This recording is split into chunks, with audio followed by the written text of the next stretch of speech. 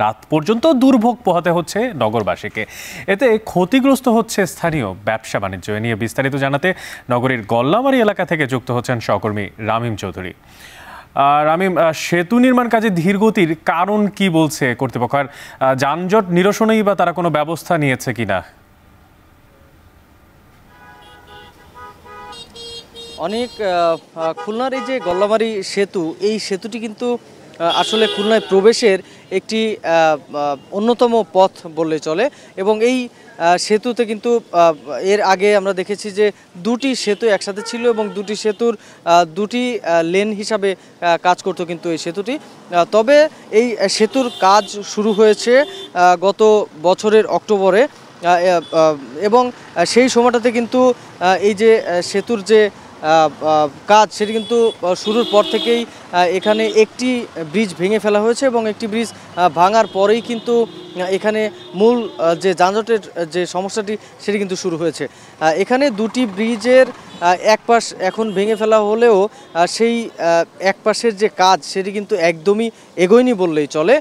এতদিনে কিন্তু এখনও পর্যন্ত যে পাশটি ভেঙে ফেলা হয়েছে সেই পাশের কোনো পিলারই কিন্তু এখনও পর্যন্ত রেডি করা হয়নি। অথচ এই যে কাজ, এই যে প্রকল্পটি রয়েছে, এই প্রকল্প হস্তান্তরের সময় রয়েছে কিন্তু আগামী বছরের এপ্রিলে কিন্তু এই প্রকল্প শেষ হওয়ার কথা রয়েছে, কিন্তু এখনও পর্যন্ত এক পাশের কাজই শেষ হয়নি।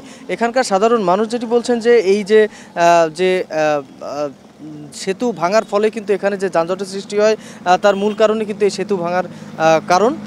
তবে এখানকার কর্তৃপক্ষ যেটি বলছে যে আসলে এই সময়টাতে বর্ষার সময় এবং বর্ষার কারণে কিন্তু তারা কাজ করতে পারছেন না। এর আগে কিন্তু ছাত্র আন্দোলনের ফলে এদের কাজ স্থগিত ছিল বলে তারা আমাদেরকে জানিয়েছেন। তবে এই যে দুর্ভোগ, সেই দুর্ভোগের কারণে কিন্তু সাধারণ মানুষ বলছে যেন এই কাজটি খুব দ্রুতই হয়ে যায়। এখানে কিন্তু রাজধানীর হাতিরঝিলের মতো করে 4 লেনের সেতু করার কথা ছিল এবং সেই কাজই কিন্তু এখনো পর্যন্ত চলছে।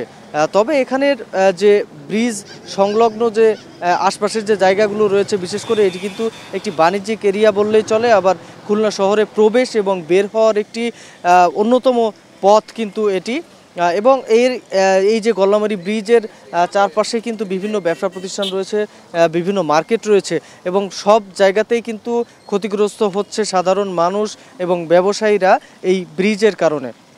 এখানে কিন্তু আর কিছুক্ষণের মধ্যেই যানজটের সৃষ্টি হয়ে যাবে এবং এই যানজটের সৃষ্টি হলেই কিন্তু এই যানজট ছাড়াতে অনেকটা সময় লেগে যায়। আর এই সময় লাগার ফলে কিন্তু এখানে অনেকটা সমস্যা কিন্তু সৃষ্টি হয়।